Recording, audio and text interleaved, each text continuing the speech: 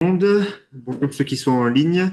Donc aujourd'hui, on reçoit Sophie Avila-Fouca qui va nous présenter ses recherches. Je vais laisser Sophie se présenter elle-même.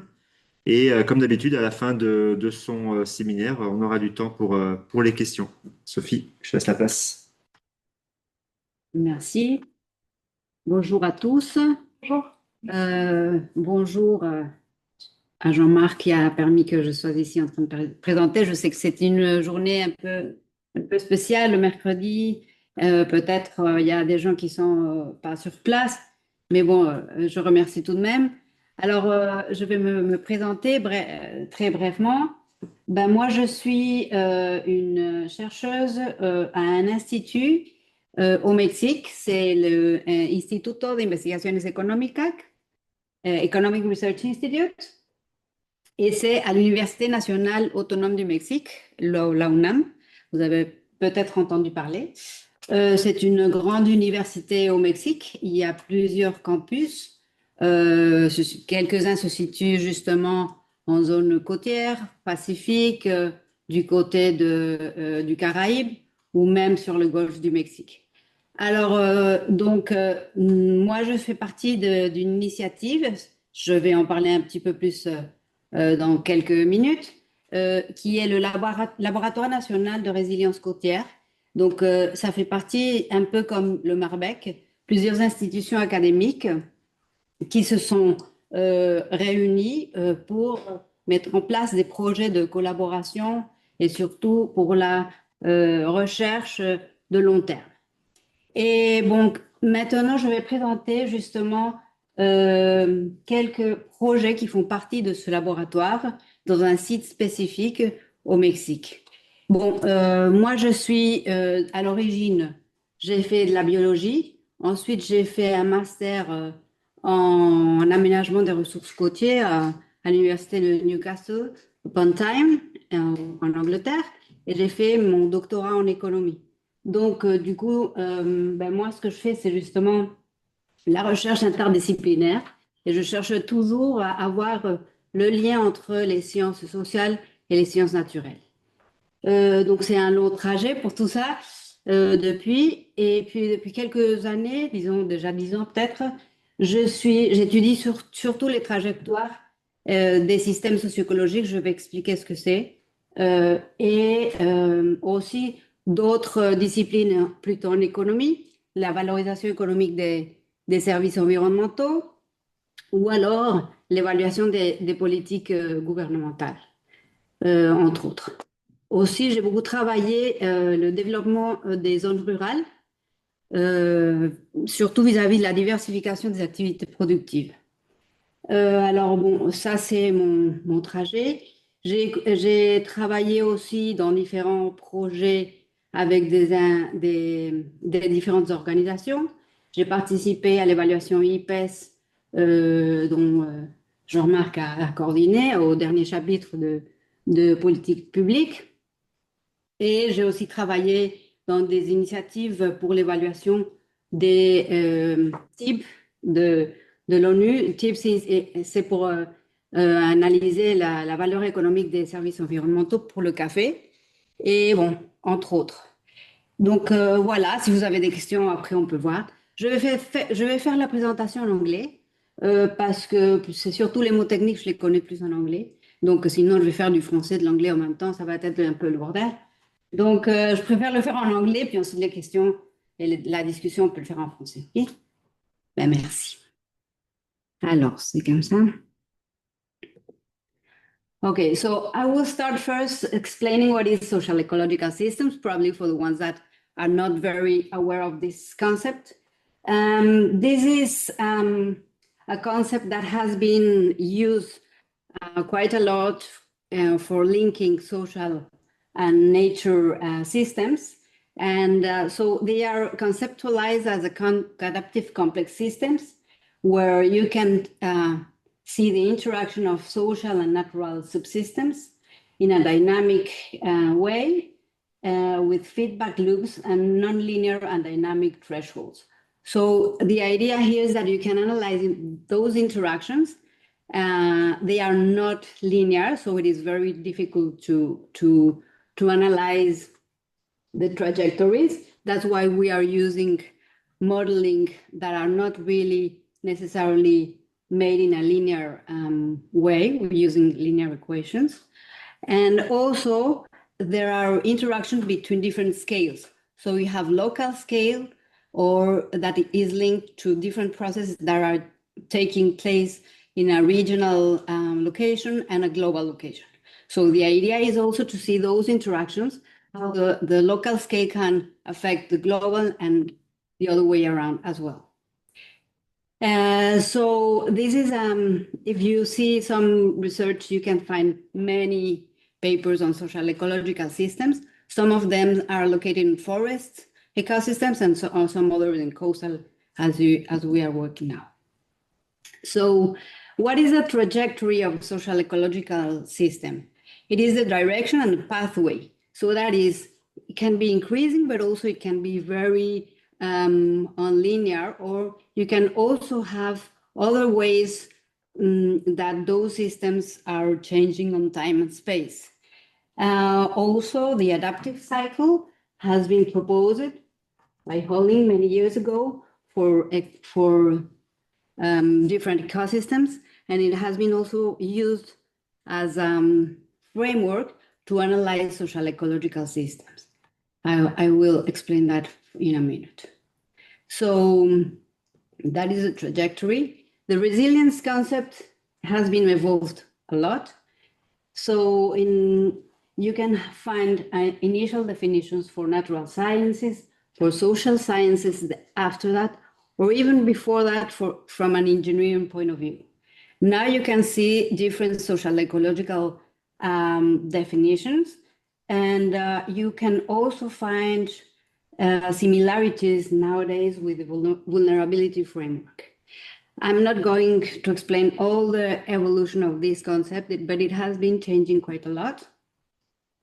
And what we can see now is that some of the definition for social ecological system is that it is the capacity to absorb disturbances and reorganize after a disturbance while maintaining essential function, structure, and identity. So probably you can ask, what is exactly function, structure, and identity? It's not that easy to identify or to define or to describe. So it depends on the system, the function you are looking to, and the structure and the identity.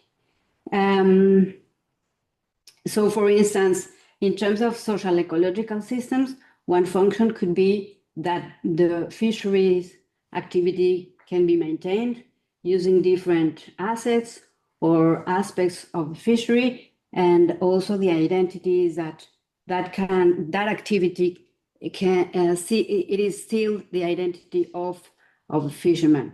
That is more from a social point of view. You can also have different principles that have been presented as important principles for enhancing resilience. So maintaining diversity and redundancy, diversity in terms of biodiversity, but also in terms of social and economic diversity, that you can cope more easily with different stressors. If you have different options, then it is easy to cope with different stressors in terms of ecosystems or the social point, within the social point of view. Connectivity, also connectivity from the social or the ecosystem point of view, to manage slow variables and feedback loops, that is to trying to identify which are the variables that are key for the ecosystems or for the social ecological systems. Some, for example, water quality is one of those key variables that are key indicators that can indicate if the system is in a good quality or not. In terms probably of economic variables, we can say income, a minimum income is needed for the system. And also you have adaptive management and learning, as well as governance. So those are different aspects that are important within the social ecological systems to maintain resilience. This has been proposed by BIGS from the Stockholm Resilience Center, already 10 years ago. And then the concept has been moved also trying to integrate other social variables that are not easy to measure, such as governance, or such as power relationships, or for example, place-based attachment, that are very important for management purposes of those ecosystems, and then for trying to conserve those ecosystem services. Resilience is also an emergent property that includes the capacity to learn, combine experience and knowledge, adjust responses to changing external drivers and internal processes, and continue operating. So it has been changing from a concept that it was trying to cope or trying to return to a previous state. And now the concept of the resilience is more trying to have different capacities, and even to have some innovation in order to change into a good direction. In that sense, it is trying to look to conservation and trying to have at the same time social benefits of those ecosystems. And then, so we have that resilience is the coping capacity, adaptive capacity, and transformative capacity. So this is the framework for the work that I will present. Now a little bit on the laboratory for coastal resilience. As I was saying, it was created in 2015, and it is an interdisciplinary consortium of academic institutions from different regions of Mexico. So the objectives of this laboratory are to enhance resilience in coastal regions, to analyze society-nature relationships in time and space based on interdisciplinary and transdisciplinary approaches.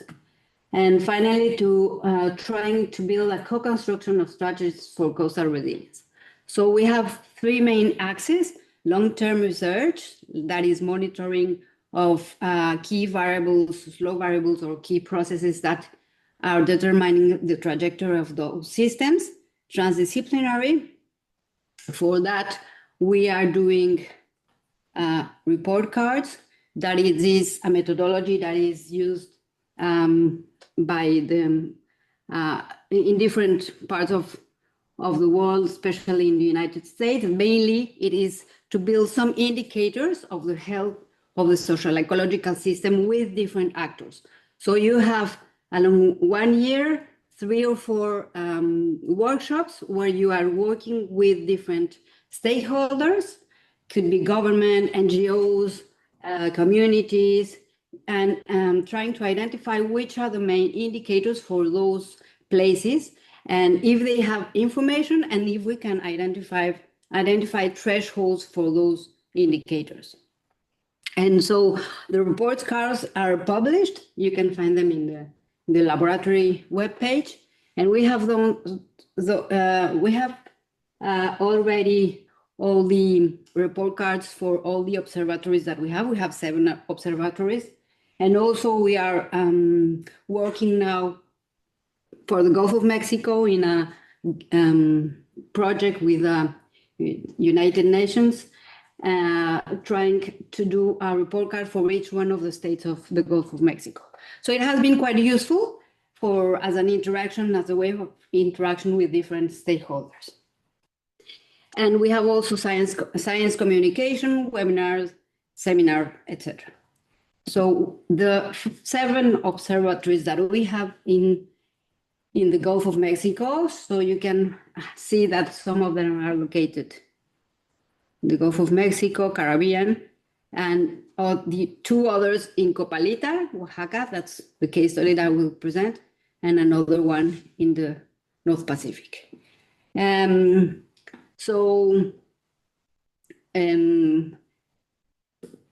Which are the laboratory areas of expertise? It's a little bit small, probably you cannot see very well, but we have people working on water quality, That is mainly primary productivity, other indicators such as caffeine or other different kind of indicators that is made by the faculty, chemistry faculty. We also have, ecosystem services specialists. I repeated many times water quality, I'm sorry. There are other areas of expertise working on mangrove restoration and dunes restoration and carbon fluxes in those ecosystems and in coastal lagoons. We also have an important area of engineering working on coastal erosion and beach erosion. We have also specialists on coral reefs biodiversity and also on ecosystem services, I also said that, and socioeconomic aspects such as mean governance and also on spatial analysis. So, okay. So today we'll present the case study of Copalita-Huatulco Observatory. So as I was saying, it is located in the South Pacific coast of Mexico. It is a watershed, quite big watershed, and within the marine part, we have marine park coral reefs, and this region is very touristic. And in the upper part of the watershed, we have in the middle park coffee plantations that are very important for conserving all the vegetation and also for tourism. In the upper part of the watershed, at the top of the watershed, we have pine forests. So within a relatively not very long gradient, you have many ecosystems and many activities. Okay. Okay, so the idea is to measure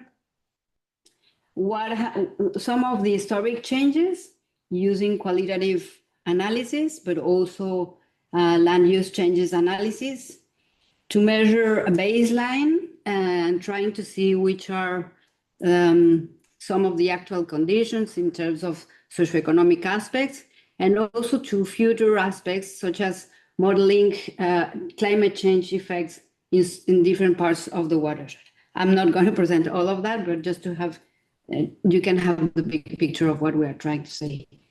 Also, we are working in different scales at a watershed scale, including the marine part of the region, mesoscale, which is mainly the coffee plantation, and they are very important because that is what makes sedimentation or to decrease deforestation within the area, so you can have less sediments coming to the coral reefs within the marine park. And also working at a micro scale, working at a household scale in terms of sustainable livelihoods, diversification, and also resilience adaptive strategies. So today I will present these four objectives. So first of all, I will explain which are the main stressors and shocks that are affecting this region, very briefly each one of them. To show you the results of a model we did trying to see the effects of climate change in coffee production and ecosystem services, and a little bit on the analysis of stakeholders' relationships for coffee production and hydrological ecosystem services. And the last part of the presentation will be some work that is not, maybe it's an ongoing research already so far, and it's for tourism resilience. So this is only to show you what is the system, social ecological system related to the coffee production. Of course, we are trying to include production, processing, and commercialization. We have different stressors coming into this system, and we have also different adaptation strategies that those producers are using. Some part of this work is already published, and some others have been submitted. So this is a slide showing the different stressors that have that have been taking place in this region, especially for coffee production. And the important part of this is that we are always assuming that one stressor is the most important. For instance, we are trying to analyze, I don't know, climate change or probably other kind of stressors. But there are many, many stressors that have taken place along the years. That is, you can see the accumulation of different stressors and shocks within a region. And some of them are more important than others. So the idea is to identify which of them are more important for people and for ecosystems. We were very lucky. Of course, the hurricanes were two of the more important stressors within this region, but you can have also, for example, the elimination of a very important institution for coffee production in Mexico. You can also have different social conflicts within the region and so on. But so just for saying climate change and especially hurricanes are very important for that region. The same similar process we did for hydrological ecosystem services, mainly for provision service. As you can see also, some of the most important stressors were related to climate change, such as the Hurricane Paulina, and see in this figure, you can also see that. Okay, so now I will present, if you have some questions on how we did that, we can talk about that later. Now I will present the results of the coffee production changes after applying different scenarios of climate change. So for doing this, we first did different scenarios of land use changes along the watershed, and specifically for the coffee region. For doing this, we also use an INVEST model for analyzing hydrological ecosystem services changes, for analyzing sedimentation changes and carbon sequestration services. So as expected, of course, climate will change in this region, but the most important part is that coffee yield will be reduced in 24%, and that is going to happen in the more vulnerable regions. So for instance, if you see this map, this region is the most affected, will be the most affected. Also, different, the ecosystem services I just mentioned will be affected as well. And, but the most important part that we analyze is that we can have the same yield and the same amount of ecosystem services if we have a 61% of shadow within this coffee plantation. That is, generally, what you have is that you need a very few shadow in order to have more productive systems. In that case, we could have medium shadow, and you still have a good coffee yield and a good amount of ecosystem services. So that is that you can adapt to climate change if you manage the shadow within this coffee plantation. So that is a very interesting result. Saying that in another way is to have win-win plots within this region or polygons. You can manage the shadow and still in this region. Of course, climate change will affect the win-win number of plots. In the first scenario, we are passing from 700 to 97 plots, or even 100 plots with a scenario, a different scenario. That is 8.5, and this is 4.5. So that is for the coffee plantation within the region. So now jumping a little bit into the social network analysis.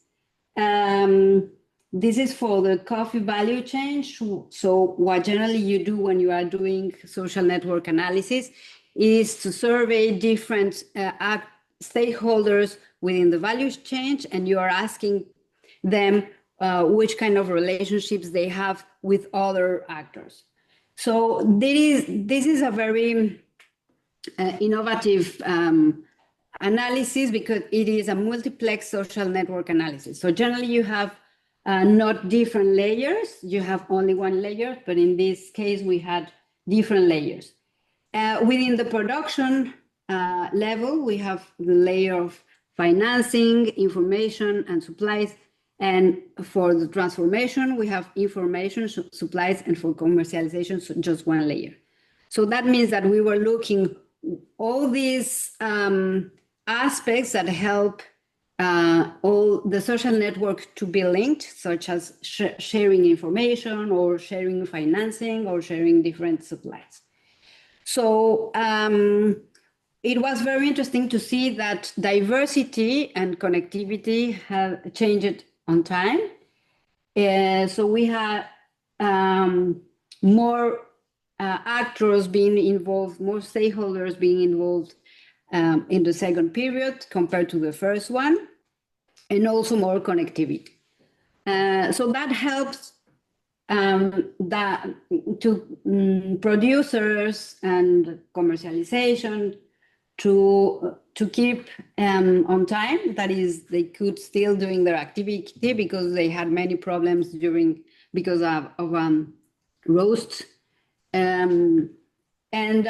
So the key actors were, for example, cooperatives, trade organizations, NGO, government, and also other intermediaries that were very important within this region. Similarly, we did that for hydrological services. In this case, we use production, that is conservation of forests, all people that are working for making water exist in this region. Also, the distribution layer is the second one, and the last one is consumption. So the majority of the stakeholders are within the conservation or the production of water. That is a very important region for NGOs and academia and government that are linked to different activities. For example, management of the forest, of payment for ecosystem services, and so on. And then we find a similar result where more diversity could be found in the first layer compared to the other one.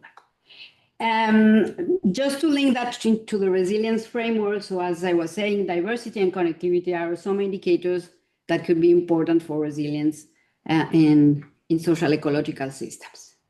And the last part of the presentation, it is about tourism.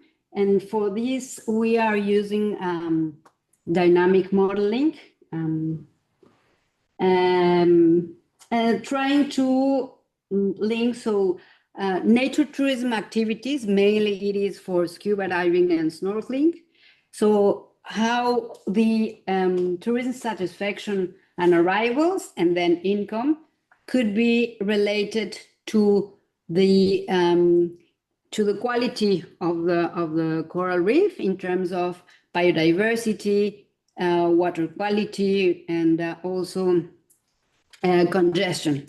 If you have less congestion, then you will have more satisfaction of tourism, and then they could return, or people will continue to come to that region. But you also have other capital assets that are important for this activity. So you also have social assets, social capital, in terms of how the different touristic institutions or the people who are promoting tourism in this region are relating themselves in order to conserve the region, human capital assets in terms of how the guiding tours are being prepared in order to show the importance of conservation within this region, but also physical capital in terms of green technology and financial capital. So the capital framework has been used for many activities in resilience, for households, activities, for destinations, and so on. So it's quite well known that you need those capacities and those capitals in order to confront and to confront different stressors. In this region last year, we had the phenomenon of El Niño, and already one of the researchers of the laboratory published about the effects of El Niño in this region, and we lost a lot of coral reefs. So that is before, after, and before the El Niño. So it was very, very impressive to see the changes in a very few time. And we also have, of course, other stresses within the region. So I was saying this is a figure showing the different capitals and the relationship with the satisfaction of tourism and how does that influence income and within this region. This methodology is based on different workshops in order to build the relationships, secondary information in order to build how those relationships can be described. It is not that easy. Sometimes there is no information and you need to assume that the relationship is in one way or the other. All these small squares in color are the variables that are changing on time. So you need to use differential equations for describing their behavior. And using this kind of modeling, dynamic modeling, then we did 4 scenarios. The first one is just the actual scenario. The second one is investing on all capitals. The third one is green infrastructure. And the last one is under this climate change scenario that I already mentioned.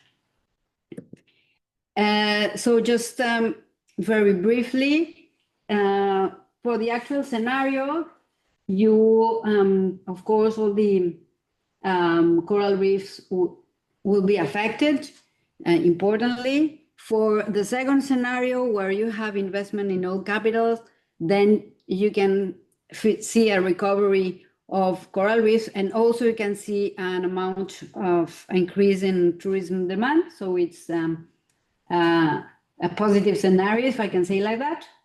And the last scenario, using mainly it is trying to invest in green technology, could be in for vessels, could be also for other aspects within this destination.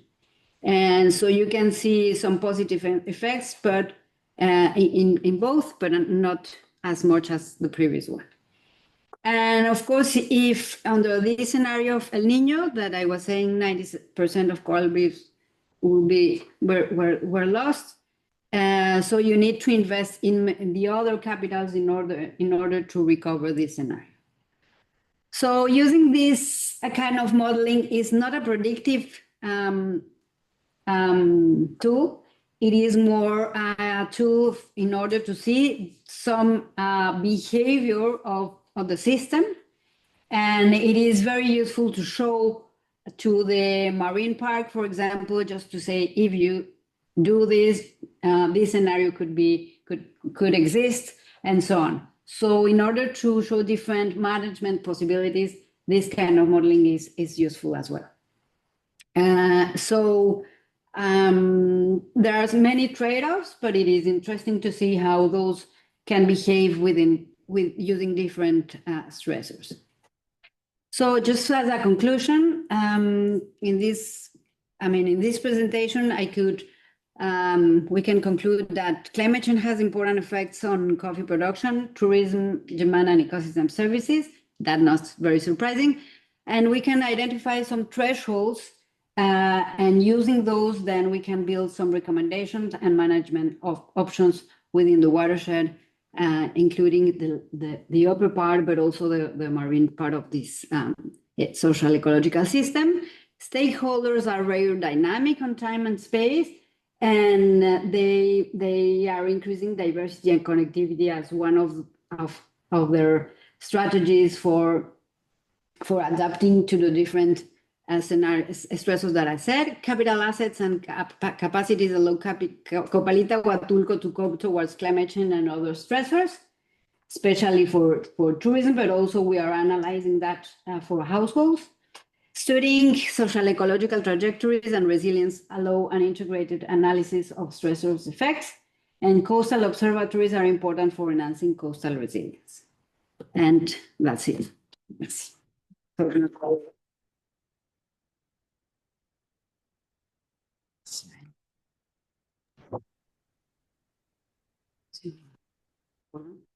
Est-ce qu'il y a des questions peut-être en ligne d'abord?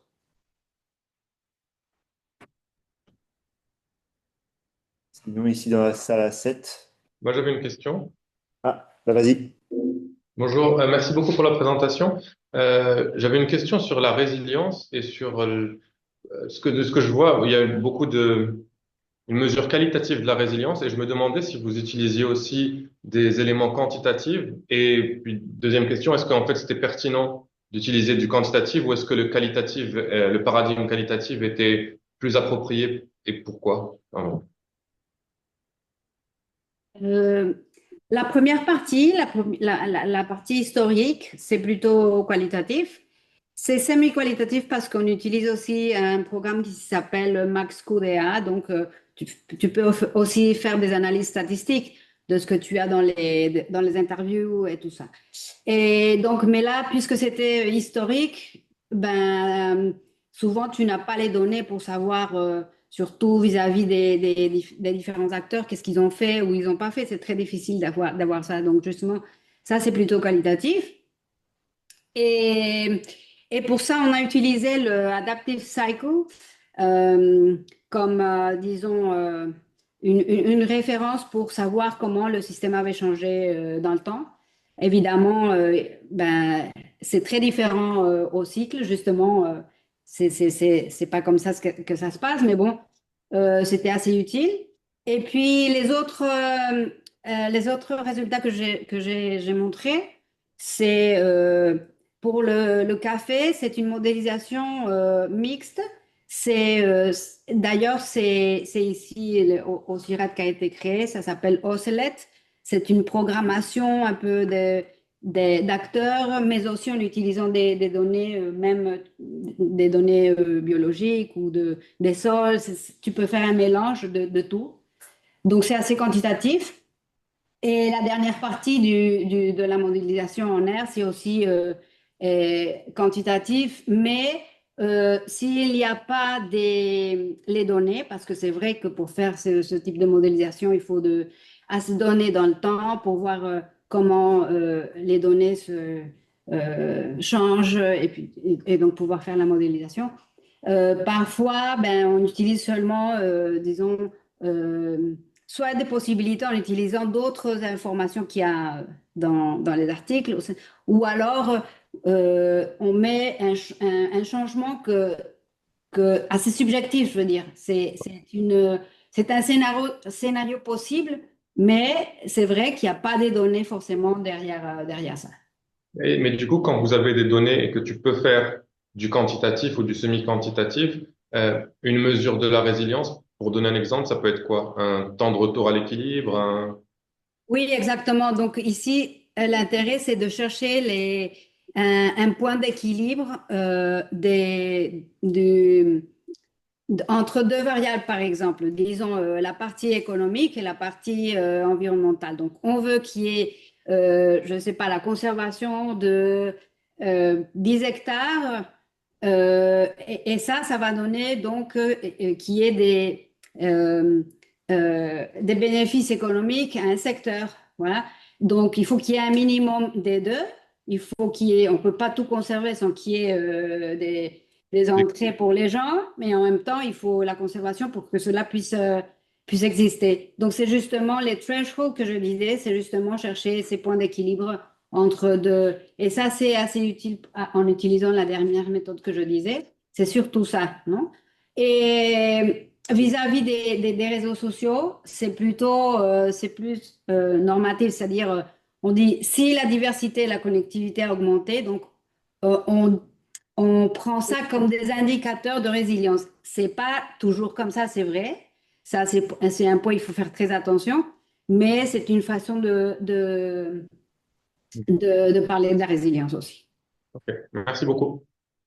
Il y a Stéphanie en ligne. Oui, merci aussi pour la présentation, c'était vraiment intéressant.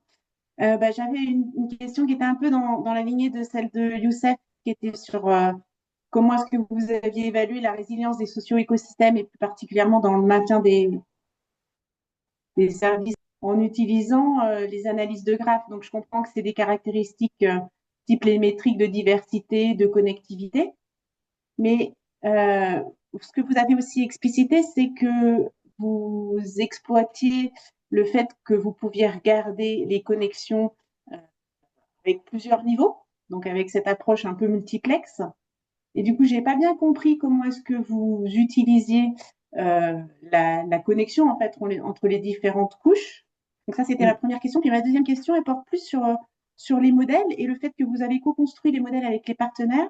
Et je m'interrogeais sur la manière dont vous aviez pu travailler avec les partenaires pour expliciter en fait ces équations différentielles, parce que c'est quand même un outil mathématique un peu sophistiqué. Et donc, je voulais voir comment est-ce que vous aviez pu interagir avec les partenaires sur des notions telles que les équations différentielles. D'accord, merci pour la question. Alors, vis-à-vis de l'analyse multiplexe, alors, donc, un réseau, c'est pour la production. Et donc là, les différentes couches, ce sont les activités. Donc, du coup, l'intérêt, c'est de voir comment les différents acteurs ont une interaction pour une activité, c'est-à-dire, par exemple, pour le financement. D'accord? Alors, il y a un budget qui va être, qui est possible. Et donc, quelles sont les institutions qui sont en relation pour cela? Ou alors, information. Donc, quelles sont les différentes institutions qui ont une interaction pour cela. Par exemple, les NGO, ben, elles donnent pas mal de capacitations, on dit, ouais, exactement, de workshops et des choses comme ça aux producteurs. Mais qui d'autre? Qui d'autre est en train de faire cela dans la région? Donc, ça, c'est donc vis-à-vis des couches. Donc, c'est vraiment ce qu'on a, c'est des questions et tu as chaque activité. Donc, il faut demander à chaque personne que tu fais l'interview, c'est avec qui il travaille. Et donc, c'est comme ça que après un certain nombre d'interviews, tu as le réseau complet. Et donc ça, c'est une programmation en R qu'il faut faire pour avoir ensuite l'analyse des statistiques et même le réseau. Le réseau, pour qu'il soit joli, il faut que ce soit fait dans un autre programme parce que sinon, en R, c'est pas très, très joli. Mais bon, je ne sais pas si j'ai répondu à la question. Ouais, je crois que sa question, c'était comment en fait, vous connectiez les différentes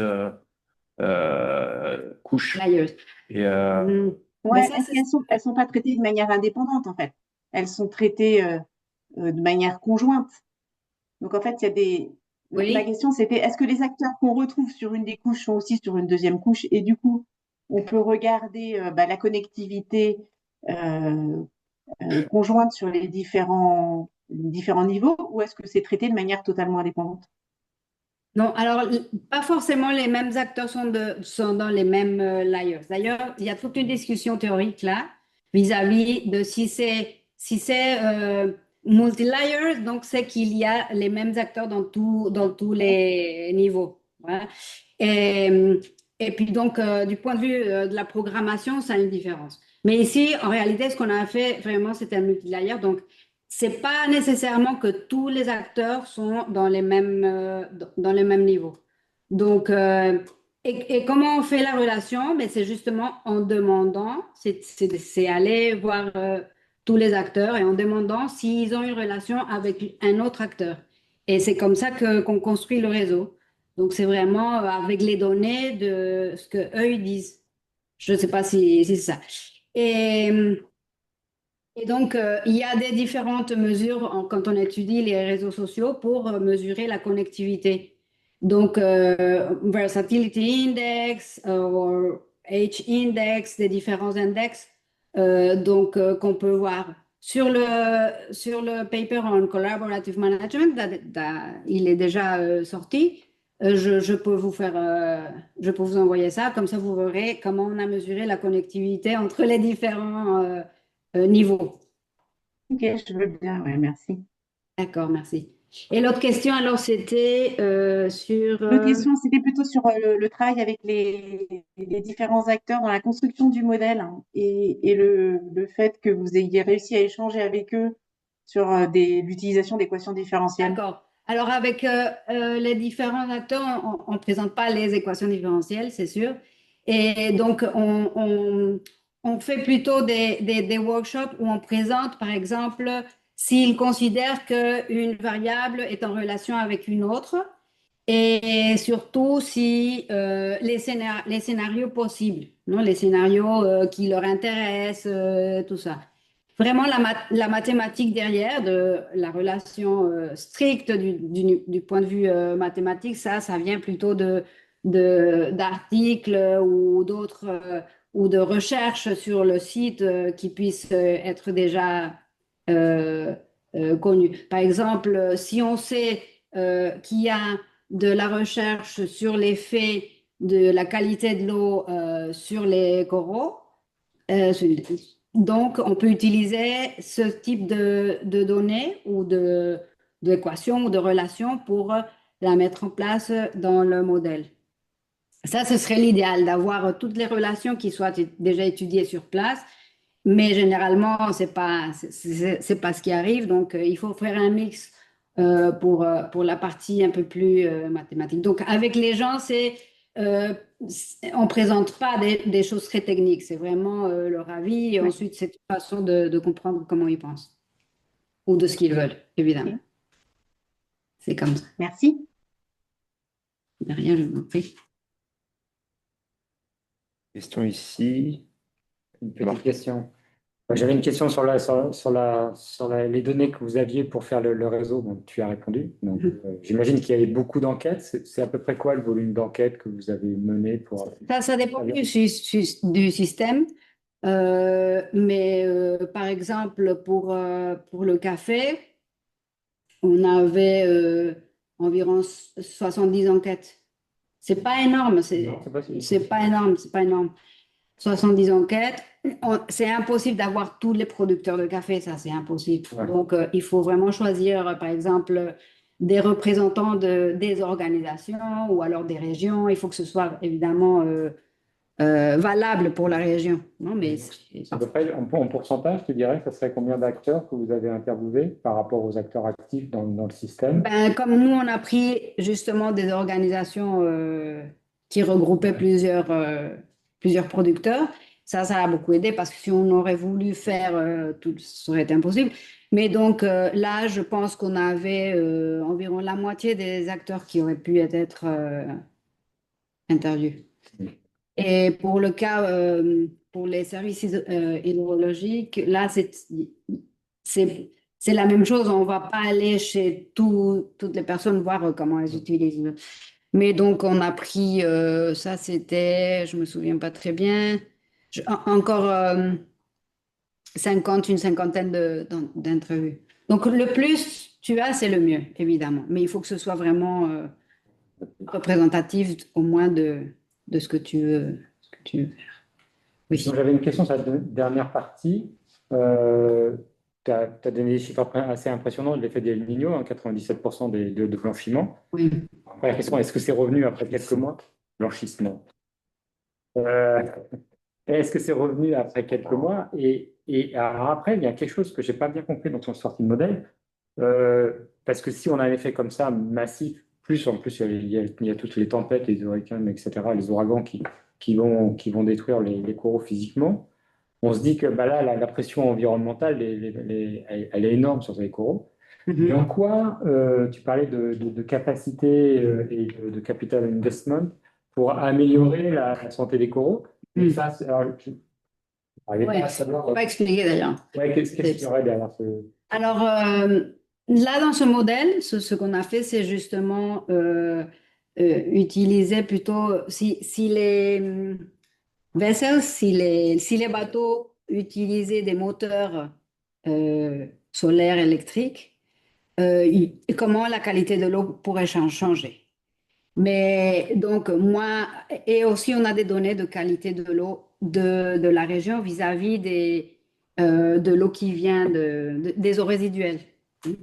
Donc, on pourrait dire c'est relié au tourisme parce que toute la frange, là, Et donc, voilà, s'il y aurait une diminution des déchets vis-à-vis de le tourisme aussi, comment cela... Donc, il faudrait investir dans des traitements de l'eau.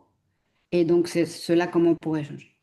Et, alors, là, c'est les résultats qu'on a en ce moment. Moi, j'aimerais bien qu'on puisse relier, parce que là, c'est des scénarios un peu en hypothèse. J'aimerais bien relier ça à des données justement qu'on a en utilisant les données de l'Observatoire. Donc, pour l'instant, le modèle, il fonctionne.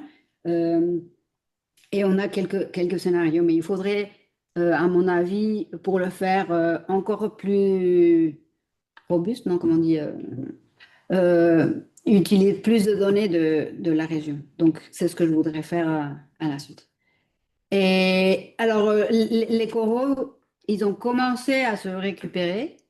C'est une région, de toute façon, c'est le sud, enfin, c'est la région Pacifique, donc c'est pas le Caraïbe en général.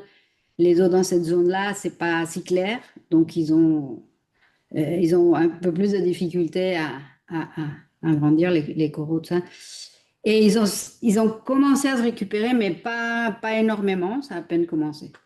Donc ça fait déjà, ça va être 1 an de cela. Mais ça a été vraiment, on n'avait jamais vu ça, hein. C'était vraiment incroyable. En effet. Et puis aussi, ben, justement, ce qu'on est en train d'évaluer, c'est qu'il y a une partie du tourisme qui va dans cette zone-là. Ils ne savent pas vraiment sur les coraux, c'est du tourisme de masse, surtout ceux qui font du snorkeling. Donc, ben, nous, là, on est en train de dire oui, ça va affecter la satisfaction, mais justement, avec un autre modèle, on est en train de mesurer combien.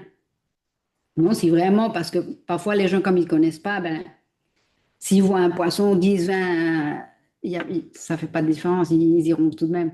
Donc, on est en train d'essayer justement avec la valorisation économique, de mesurer ça pour ensuite vraiment mettre un paramètre qui soit un peu plus réaliste dans ce modèle. Mais bon, ça prend du temps et c'est parfois pas si simple que ça d'introduire d'autres résultats dans un modèle si complexe qui veut mettre tout en interaction. Mais bon, c'est les pas suivants, justement. Moi, j'ai une question rapide et très générale en fait. Tu as présenté 2 cas, donc le café d'abord et ensuite l'écotourisme et le corail. Mais je me demandais, alors, c'était peut-être dans la présentation, j'ai peut-être raté l'information, mais est-ce que vous regardez aussi les connexions, le continuum qu'il peut y avoir entre les activités sur Terre et sur le littoral?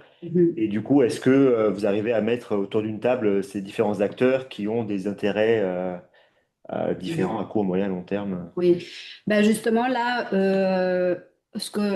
on a fait une proposition, si on a la chance de l'avoir, justement ce qu'on veut mesurer, il y a enfin pas mal de données. On a justement fait la modélisation des services hydrologiques, donc là on a déjà l'eau superficielle de la rivière, c'est une rivière assez grande, enfin longue disons. Et alors, au moins ça, on a. Ce serait bien d'avoir de nouvelles données pour faire à nouveau la paramétrisation de ce modèle-là. Et puis ce qui nous manque, c'est ce qu'on va faire, c'est si on a le budget, c'est de mesurer euh, l'eau qui arrive de la partie haute euh, de la région et quand la barre s'ouvre, quand la rivière s'ouvre pour aller en mer, et combien de sédiments arrivent sur les coraux, de tout ce qui arrive de ce qu'il y a là-haut. Donc déjà, on peut savoir combien de sédiments il peut y avoir dans la rivière, mais ce qu'on ne sait pas, c'est une fois que le sédiment arrive en mer, si ils sont transportés, là justement, il faut une modélisation plutôt océanographique, s'ils sont transportés sur les récifs, sur les coraux, ou pas forcément, peut-être qu'ils vont ailleurs. Donc, il y a déjà quelques antécédents qui ont fait quelques mesures de sédimentation sur les coraux. Mais bon, on ne sait pas d'où ils viennent, si c'est vraiment de la partie de la rivière ou non. Il n'y a pas de dosage, par exemple, d'engrais, de pesticides aussi qui pourraient être utilisés. Oui, bien sûr, oui. Ça, pour l'instant, on avait mesuré juste eutrophisation, donc classique, caféine. Mais c'est vrai qu'on pourrait faire peut-être d'autres mesures de qualité de l'eau plus spécifiques en tant que justement fertilisant. C'est ça. Donc, on va voir si on y arrive. Et bien, on est pile poil dans les temps. Il n'y a pas plus de questions. Merci encore beaucoup. Merci à vous. Et Et merci à tout le monde en ligne. Je crois qu'il n'y a pas de séminaire la semaine prochaine, donc on se retrouve dans 2 semaines. ça marche. Bon appétit tout le monde. Au revoir. Merci. Bon après-midi.